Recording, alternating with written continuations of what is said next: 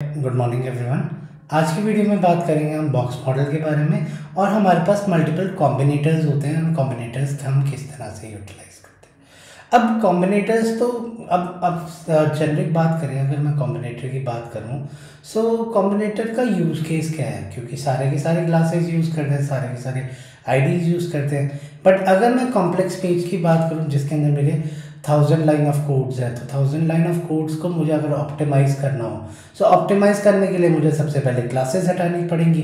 सो classes हटाने के लिए मेरे पास दो ही स्टाइल्स हैं, या तो मैं सूडो क्लासेस यूटिलाइज़ कर सकता हूँ जो हम अगली वीडियो में बेसिकली कवर अप करने वाले हैं, या सूडो क्लासेस के अलावा मैं बेसिकली कॉम्बिनेटर्स यूज़ कर सकता हूँ। As a name suggest there will be permutation and combination with multiple options, कि मैं किस तरह से कॉम्बिनेशन देखता हूँ। तो आइए ये सारे के सारी चीज़ें हम प्रैक्टिकल करके देखते हैं। चलिए शुरू करते हैं। सो शुरू करने के लिए सबसे पहले ये जो कैमरा रोल है इसे मैं थोड़ा सा मिनिमाइज़ कर लेता हूँ। इसे मैंने यहाँ पे मिनिमाइज़ कर लिया और ये वाली जो मेरी विंडो थी इस विंडो को यहाँ पे मैंने यहाँ पे खोल लिया। खोलने के बाद सबसे पहले कल हमने, जैसे आपको पता है कि मैंने कल यहाँ पे आपको पोजीशन प्रॉपर्टी बताई थी। सो पोजीशन प्रॉपर्टी को मैं सारे के सारे को डिलीट कर देता हूँ और हम सबसे पहले स्टार्ट करते हैं कॉम्बिनेटर्स का। सो ये सारा हटा के मैं सिंपल एक बॉयलर प्लेट लगाता हूँ और बॉयलर प्लेट लगाने के बाद अगली चीज़ मैं क्या करता हूँ, यहाँ पे क्या करता हूँ, कुछ कॉम्बिनेशन से बनाता हूँ। अब कॉम्बिनेशन अभी आपको समझ नहीं आएंगे, पर जब हम प्रैक्टिस करेंगे तो आपको एक एक चीज़ पता चलेगी। तो यहाँ पे मैंने क्या किया, कंटेनर किया और कंटेनर के अंदर यहाँ पे दिया मैंने एक यूएल, एक लिस्ट ले ली मैंने। यूएल के अंदर li इंटू 4 कर दिया। तो मैंने 4 लिस्ट आइटम ले ली और फर्स्ट लिस्ट आइटम के अंदर एक पैराग्राफ ले लिया। इस पैराग्राफ के अंदर लॉरम इप्सम लॉरम टाइप करता हूँ, लॉरम 10 टाइप कर दिया। लॉरम 10 के बाद यहाँ पे ये जितना पार्ट है जो ये इप्सम एंड रेकेंडेसी कुछ इस टाइप से वर्ड है, सो इसे मैं एंकर टैग में डाल देता हूँ और एंकर टैग में डालने के बाद फर्दर मैं यहाँ पे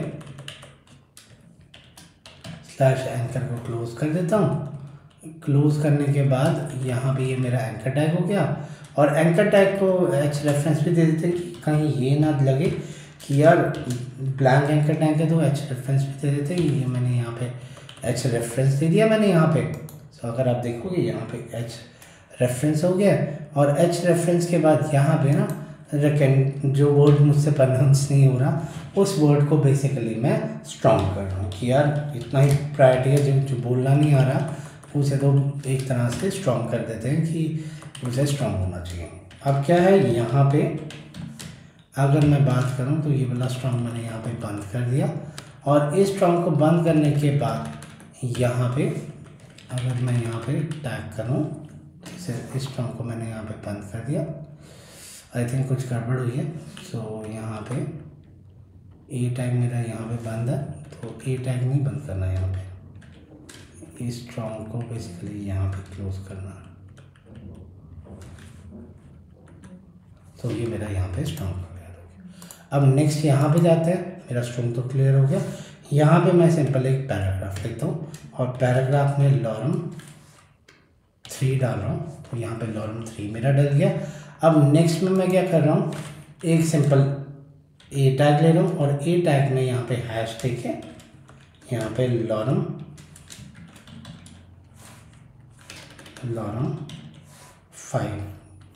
5 दे देता हूँ और यहाँ पे कुछ नहीं देता, यहाँ पे देता हूँ लॉरम। ये मैं अलग अलग इसलिए ले रहा हूँ क्योंकि अभी ये इसके ऊपर मैं मल्टीपल क्लासेस बेसिकली ले रहा हूँ। लॉरम 10 के बाद यहाँ पे बेसिकली क्या कर रहा हूँ, यहाँ पे लॉरम 8 कर दिया मैंने। तो लॉरम 8 करने के बाद सिंपल, तो आप देख रहे हो इसके अंदर पैराग्राफ हो गया, ये अकेला पैराग्राफ हो गया, ये एंकर टैग हो गया, ये सिंपल हो गया।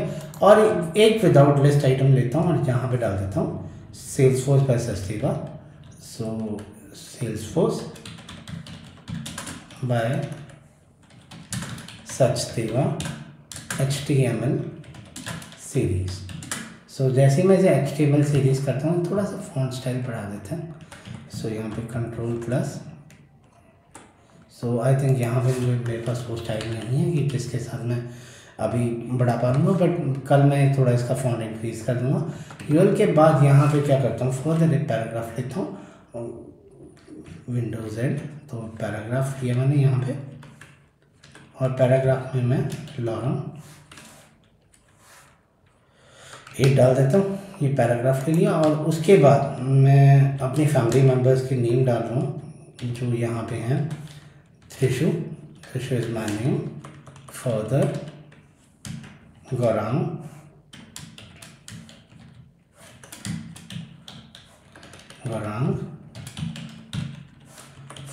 फिर फर्दर पी, और यहाँ पे वृंदा, एंड फर्दर यहाँ पे at the end of the day Khushbu. ये मैंने पूरा का पूरा यूज़ केस बना लिया, जो अभी हम कॉम्बिनेटर समझने के लिए यूटिलाइज करेंगे।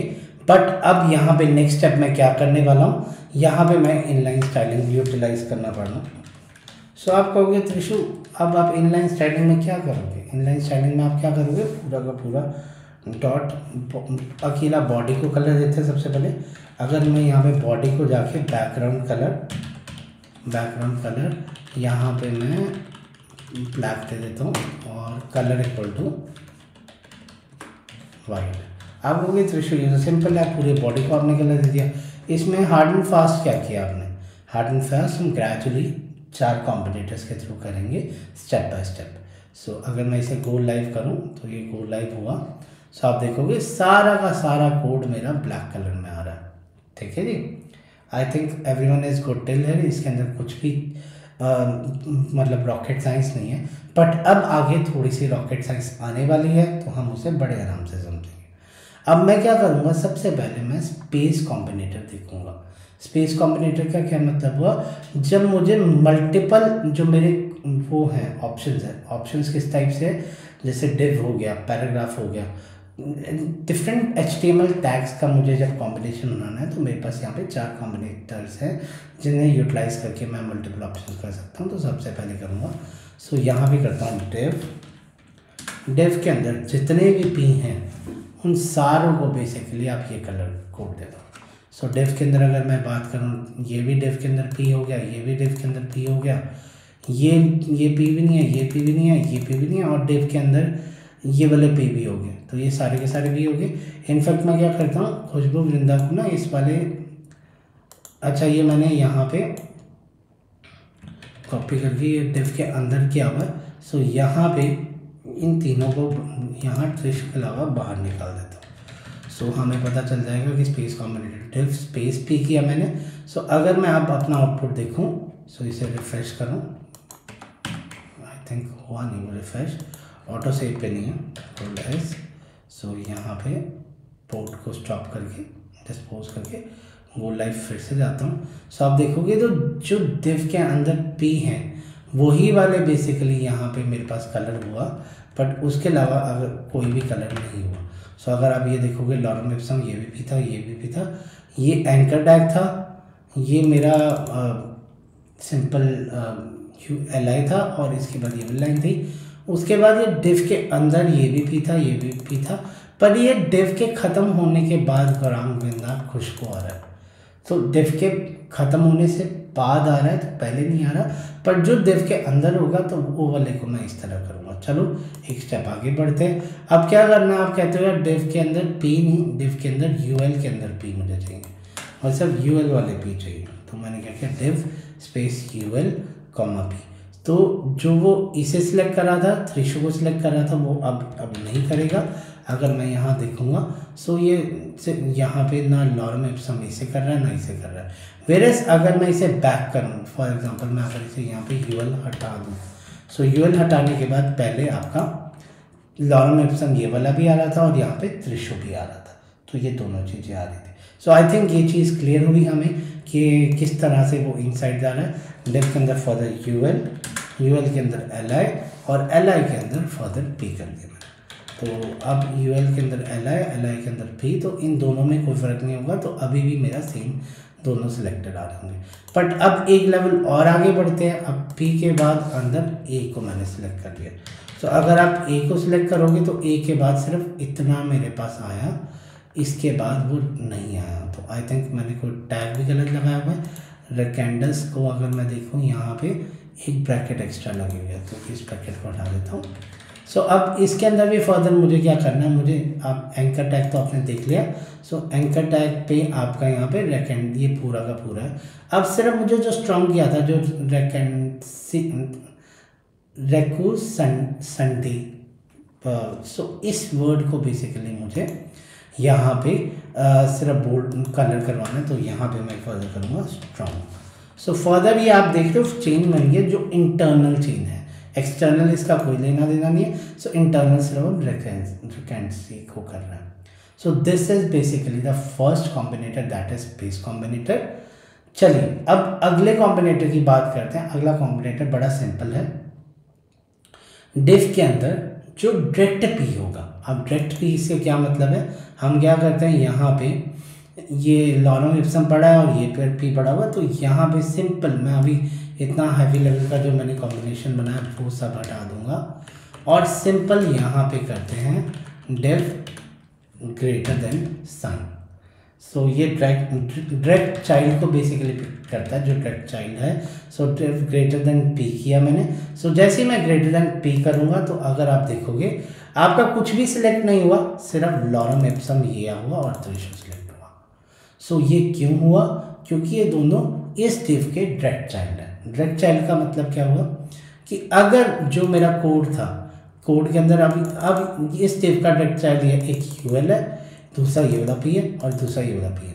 फॉर एग्जांपल यहाँ पे मैं क्या करता हूँ, यहाँ पे पहले मैं करता हूँ स्ट्रॉन्ग,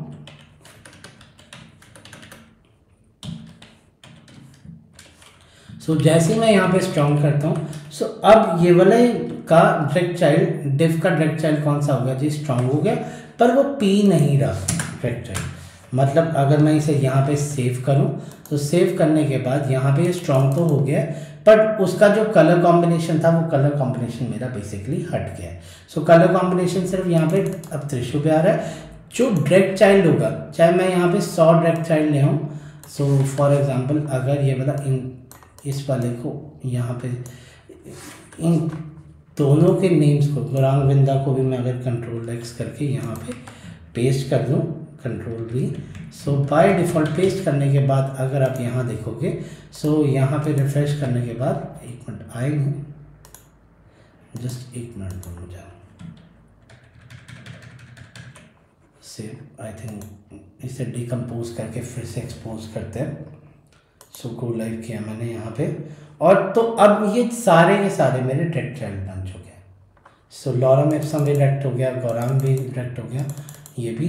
खुशबू इसलिए नहीं सिलेक्ट हुई क्योंकि वो डिफ के ख़त्म होने के बाद आई है। अब अगला क्वेश्चन तो यही बनता है, यार मुझे ना इन चारों को नहीं सिलेक्ट करना, सिर्फ खुशबू को सिलेक्ट करना। सो मेरे पास कौन सा कॉम्बिनेटर है? सो तो कोई टेंशन लेने वाली बात नहीं है। हमने जो पहले 2 कॉम्बिनेटर्स थे वो हमने इसके लिए बात की थी कि ये दोनों कॉम्बिनेटर्स उसके अंदर चलते हैं। फॉर एग्जांपल अंदर का क्या मतलब हुआ, ये डिफ स्टार्ट हुआ, अगर मैं स्पेस कॉम्बिनेटर ले रहा हूँ तो चेनिंग अंदर के लिए बेसिकली हो रही है। वेरएस अगर मैं यहाँ पे जाके इन सारे नेम्स को बाहर निकाल दूँ, फॉर एग्जांपल त्रिशु वृंदा को सिर्फ गौरांग को ऊपर रहने देते हैं और त्रिशु वृंदा को यहाँ पे बाहर निकाल देते हैं। सो अब मुझे क्या करना है, सबसे पहले सिर्फ खुशबू को सिलेक्ट करना है, खुशबू के अलावा तय करना।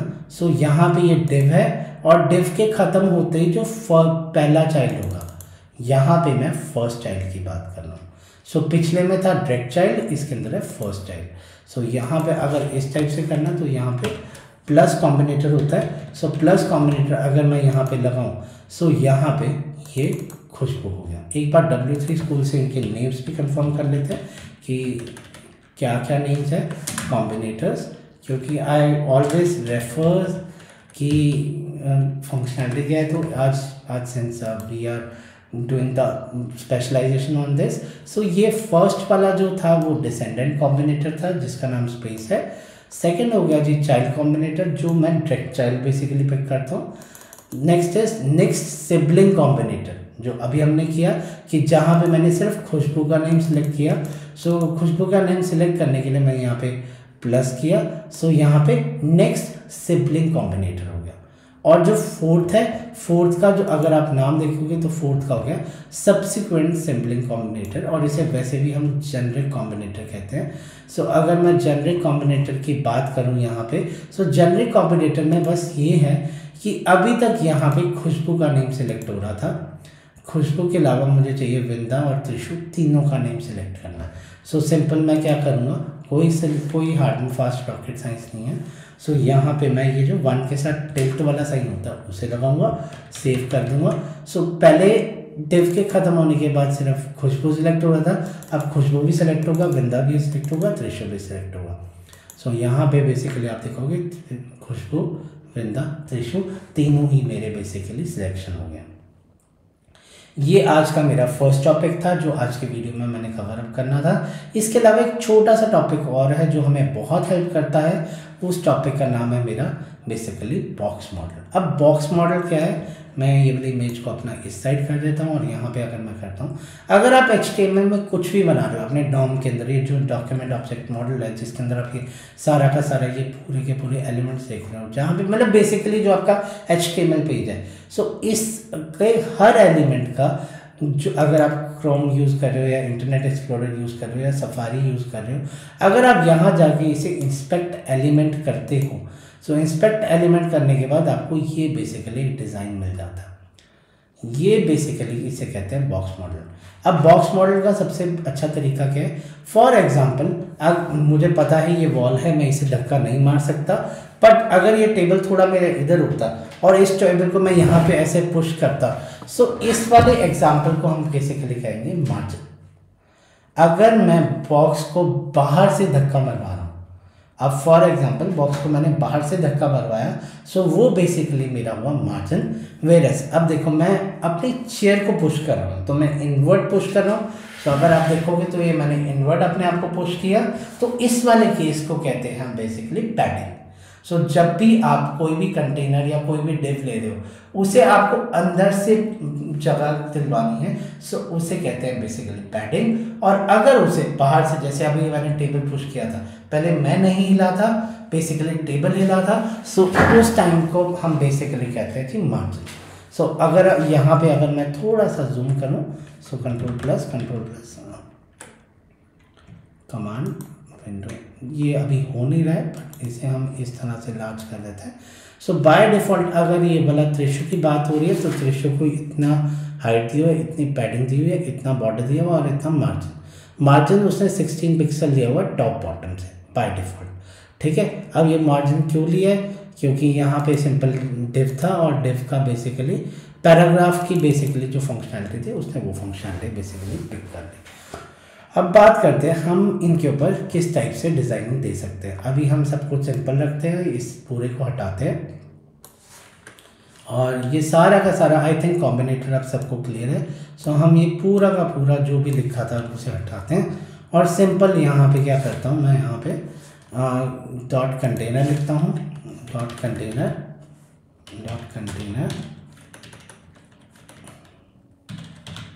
और कंटेनर लिखने के बाद अगला काम क्या करते हैं, यहाँ पे बेसिकली लॉरम 40 लिख देता हूँ, तो लॉरम 40 लिख दिया। सो लॉरम 40 लिखने के बाद अगर आप चेक करोगे तो आपके पास कुछ इस टाइप से आएगा। अब जो चीज़ हमने देखी थी उसे प्रैक्टिकल करके देखते हैं। सो यहाँ पे बेसिकली मैं सबसे पहले क्या देता हूँ, padding is equal to 40 pixel, padding is equal to 40 px। जैसे आप इसे पैडिंग दोगे 40 px, सो वो हर साइड से अंदर से 40 पिक्सल बेसिकली जगह ले लेगा। सो आप देख रहे हो इसने यहाँ से 40 ले लिया, इधर से 40 ले लिया, चारों साइड से 40 ले लिया। और अगर मैं यहीं पे मार्जिन इक्वल टू 40 पिक्सल देता, मार्जिन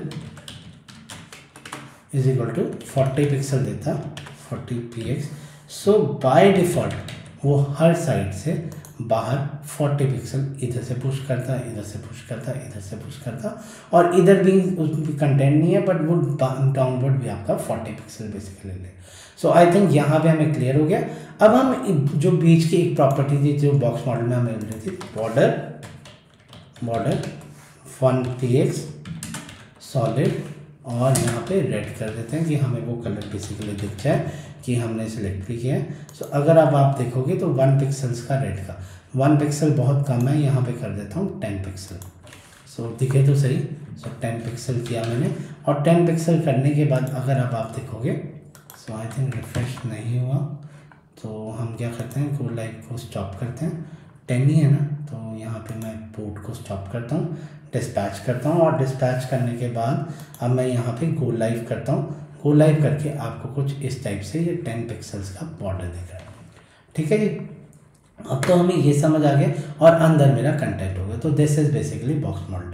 इसके साथ एक और चीज़ है, अब सबका माइंड में आएगा, यार हमने ना ये हार्ड कोड कर दिया, मुझे यहाँ से 20 देना था, यहाँ 30 देना था, 40 देना था, 50 देना था। सो हम अलग अलग भी दे सकते हैं, या तो हम इस तरह से दे सकते हैं, जैसे मैंने क्या किया, इसे हटा दिया। सो हम यहाँ पे दिया मार्जिन लेफ्ट, यहाँ पे 55 px, और यहाँ पे margin bottom is equal to मैंने 75 px दे दिया। तो इस तरह से भी दे सकते हैं, पर ये एक तरह से मीनिंगफुल नहीं है कि आप एक एक अलग से दोगे। सो एक तो या तो आप चारों डायरेक्शंस में एक ही बार ही दे दो, या आप चारों डायरेक्शन में सिंपल क्या करोगे, क्लॉकवाइज चलता है। क्लॉक कैसे चलती है, इस तरह से। सो सबसे पहले मेरे पास मार्जिन, सो मार्जिन के बाद टॉप में जैसे मुझे देना था 25 px, और फिर मैंने देना है राइट में दिया मैंने 100 px, बॉटम में मैंने दिया 400 px, और उसके बाद यहाँ पे मैंने क्या किया, और यहाँ पे लेफ्ट में finally top right bottom and left में मुझे यहाँ पे 150 px देना है। सो ये मार्जिन ही दिया मैंने। सो मार्जिन देने के बाद अगर मैं अपना डिज़ाइन देखूँगा, अभी ये रिफ्रेश नहीं हुआ। सो इन चारों को डिस्पोज करते हैं। सो चारों डिज़ाइंस को मैंने यहाँ पे डिस्पोज कर दिया, और डिस्पोज करने के बाद अब मैं क्या करता हूँ, विजुअल स्टूडियो पे जाता हूँ, और विजुअल स्टूडियो पे जाके इसके पोर्ट को ऑफ करता हूँ, और पोर्ट को ऑफ करने के बाद गो लाइव फिर से करता हूँ। सो अगर अब मैं देखूँगा, सो यहाँ पे अगर मैं इंस्पेक्ट एलिमेंट करता हूँ, सो बॉक्स मॉडल में जाके यहाँ पे देखो, अगर आप यहाँ पे 25 पिक्सल दिख रहा है, यहाँ पे 100 हो गया, नीचे से 400 हो गया, और इधर से 150 पिक्सल हो गया। ठीक है जी, अब ये तो हमने मार्जिन के साथ कर दिया। अब मुझे 4 नहीं देना है, मुझे क्या करना है, मुझे इतना नहीं लिखना, मुझे बाय डिफ़ॉल्ट शॉर्ट हैंड लेना है। सो मैं क्या करता हूँ, यहाँ पे पैडिंग करता हूँ, पैडिंग 40 पिक्सल्स को हटाता हूँ।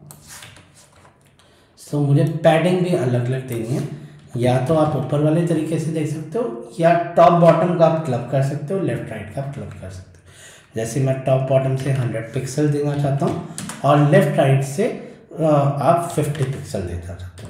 तो इस तरह से मैंने ये दे दिया पैडिंग।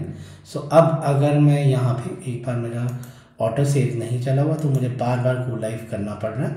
सो अगर आप यहाँ से इंस्पेक्ट एलिमेंट देखोगे, सो टॉप बॉटम से आपकी पैडिंग आई हुई है या नहीं है, इंस्पेक्ट एलिमेंट।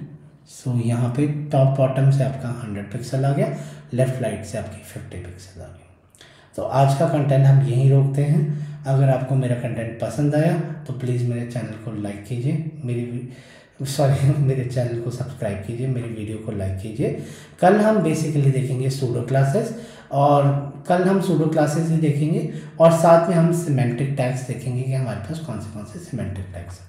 सो बने रहिए in order to learn HTML। और अगर आपको HTML का बादशाह बनना है, सो चलते रहिए और मेरे साथ जर्नी कंटिन्यू रखिए। Thank you.